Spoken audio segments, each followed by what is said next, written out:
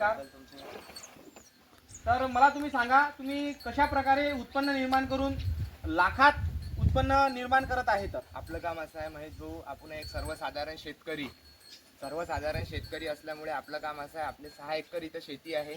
आपला पत्ता देण्यात तुम्हाला सांगतोय, चांदूर बाजार बेलज नावाचं हे गाव आहे. इथे आपली हे जमीन आहे 6 एकर. इथे आपण असं डेव्हलपमेंट केलं आहे, एक प्रकारे शेती प्लस दुग्ध व्यवसाय प्लस बरेचसे व्यवसाय आपण चालू केलेले आहे इथं छोटे मोठे.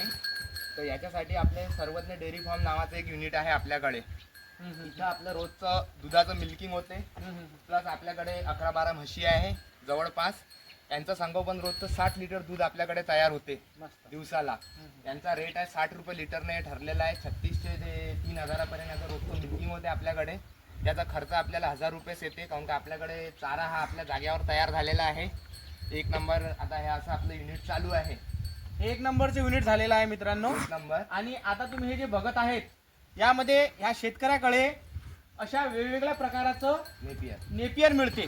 त्याच्याबद्दल आपण माहिती जाणून घेऊ आणि तो उत्पन्न कसा निर्माण करू शकते आणि वेगळ्या शेतकऱ्याला हे विकून ते पण उत्पन्न कसं निर्माण करू शकतात याच्याबद्दल माहिती घेऊ. चला इकडे